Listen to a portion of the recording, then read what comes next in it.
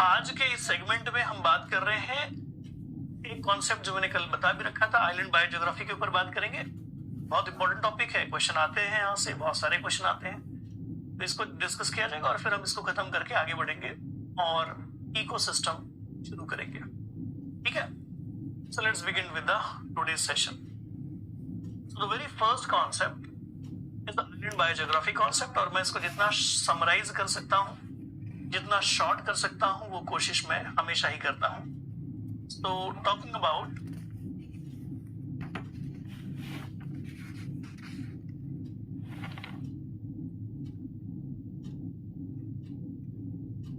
island biogeography.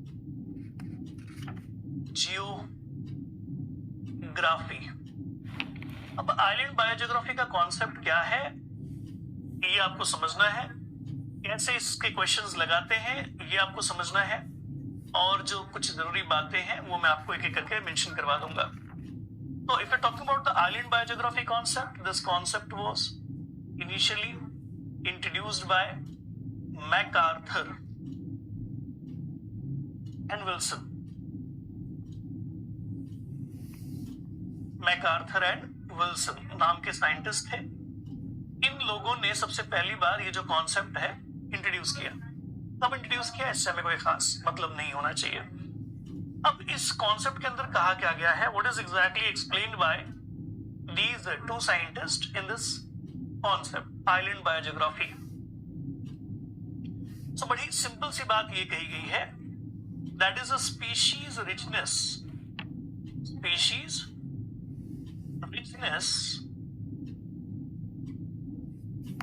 Of any island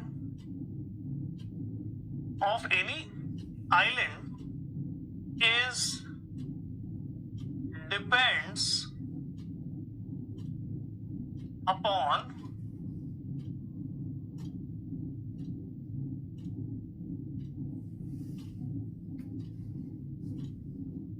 dynamic equilibrium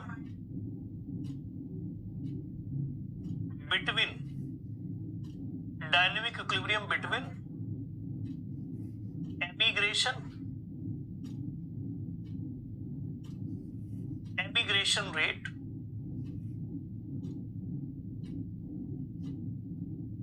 and extinction rate।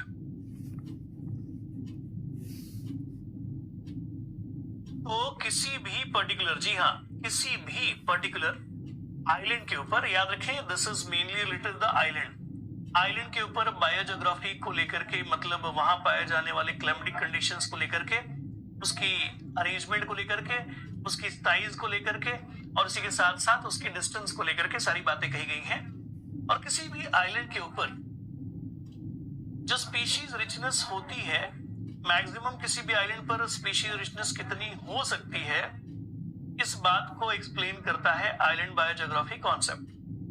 और ये कहा गया है कि इस कॉन्सेप्ट में किसी भी आइलैंड पर स्पीशीज रिचनेस मैक्सिमम क्या हो सकती है, it is simply depend on a dynamic equilibrium between two factors, and these two factors are emigration rate और एक्सटिंक्शन रेट। जी हाँ, इन दोनों के ऊपर डिपेंड करता है।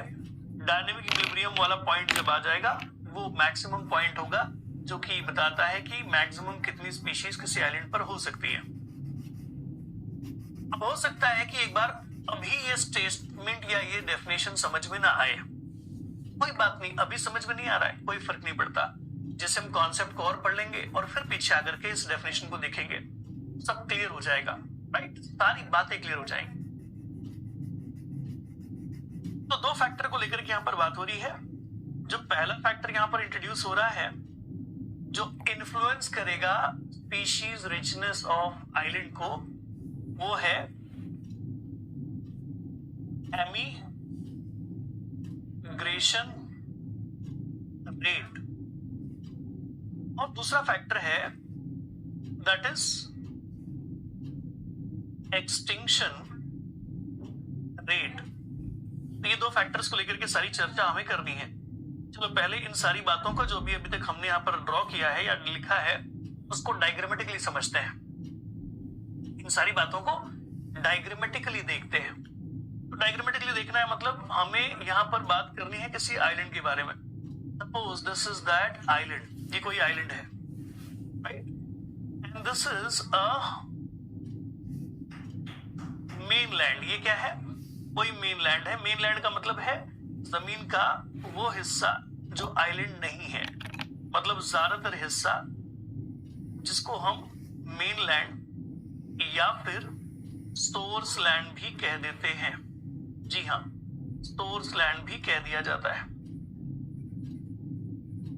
ठीक। और ये जो आप छोटा सा टुकड़ा देख रहे हो इसको क्या कह दोगे आप?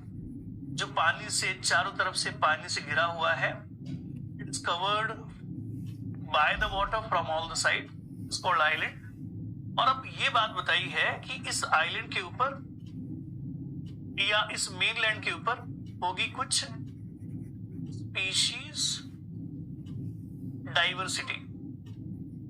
इसके ऊपर कुछ यूनिक प्रकार की स्पीशीज की डाइवर्सिटी पाई जाती होगी। कितनी है हमें इससे कोई खास मतलब नहीं है, जितनी भी होगी हमें उससे खास मीनिंग नहीं है। बात अब ये समझनी है, ये जो आइलैंड है, इस आइलैंड के ऊपर जो ओवरऑल स्पीशीज पाई जाएंगी, जी हाँ, इस आइलैंड के ऊपर जो भी स्पीशीज रिचनेस पाई जाएगी वो एग्जैक्टली क्या होगी, इसी बात को लेकर के पूरी चर्चा है, ठीक है। So what will be the species richness, what will be the species richness on this island, इसी को लेकर के ये पूरा कॉन्सेप्ट है। तो ये कॉन्सेप्ट क्या समझाता है कि किसी आइलैंड के ऊपर, जी हाँ, किसी आइलैंड के ऊपर जो स्पीशीज रिचनेस होगी वो कितनी होगी और किन फैक्टर्स पर डिपेंड करता है, immigration rate and extinction rate. तो बड़ी बेसिक सी बात है। मान लीजिए इस आइलैंड के ऊपर कुछ एक फिक्स नंबर ऑफ स्पीशीज पहले पाए जाते थे और पाए जाने के बाद फिर यहाँ कोई नेचुरल कैलेमिटी हो गई और ये एरिया हो गया पूरी तरह से बैरन, पूरी तरह से खाली वीरान हो गया। एक कंडीशन में दे रहा हूं, उसको मान के चलिएगा कि यहाँ पर बहुत सारी स्पीशीज प्रेजेंट है, इसलिए कई बार इस मेन लैंड को स्पीशीज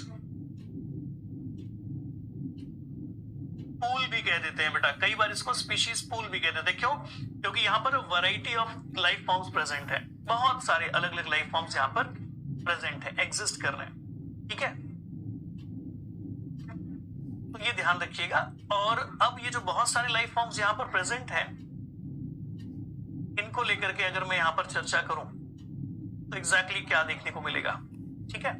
तो सोर्स पूल दिख गया, सारी बातें आपको दिख गई। And now moving towards next.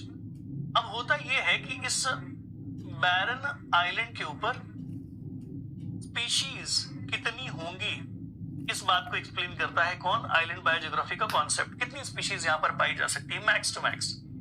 अगर मान लीजिए यहाँ कोई स्पीशीज नहीं है तो इस आइलैंड के ऊपर कितनी अलग अलग स्पीशीज पाई जाएंगी और मैक्सिमम कितनी पाई जाएंगी, इसी बात को एक्सप्लेन करता है आइलैंड बायोजियोग्राफी का कॉन्सेप्ट। तो होगा ये कि इस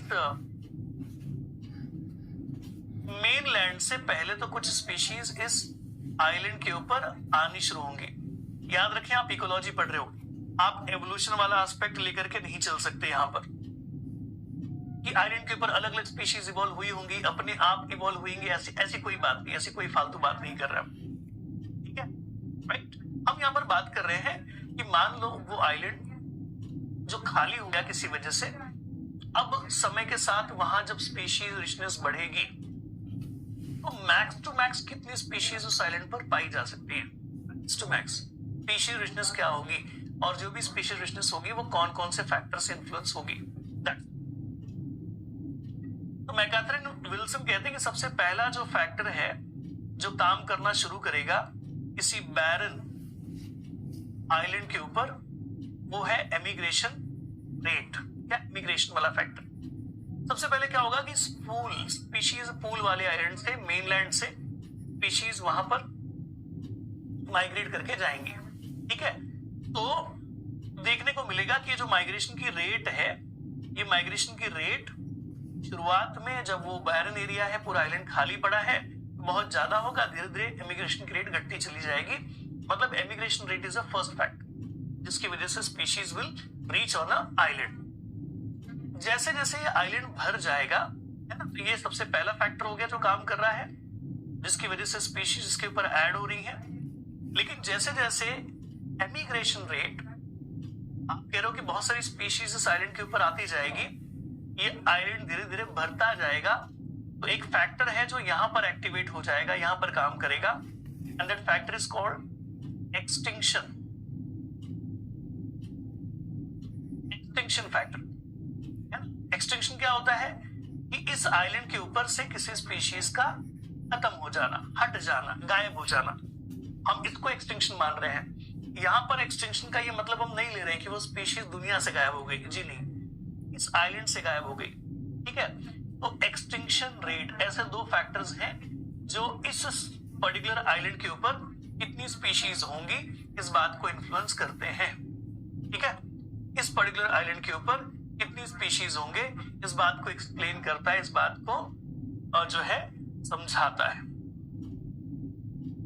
तो आइलैंड बायोज्योग्राफी का कॉन्सेप्ट आपको यहां इस डायग्राम से शायद समझ में आ गया होगा कि what we want to actually explain कि कितने नंबर ऑफ स्पीशीज इस आइलैंड पर हो सकते हैं, and it will simply depend on two factors, immigration rate and extinction rate.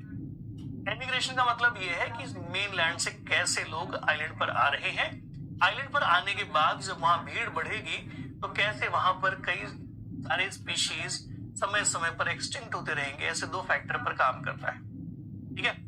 अब बढ़ते हैं आगे। अब एक एक फैक्टर को इंट्रोड्यूस करो और उस फैक्टर का असर देखो, है ना। एक एक फैक्टर इंट्रोड्यूस करो और उस फैक्टर का असर देखो एक एक करके। चलो, तो सबसे पहला फैक्टर आ गया, देखो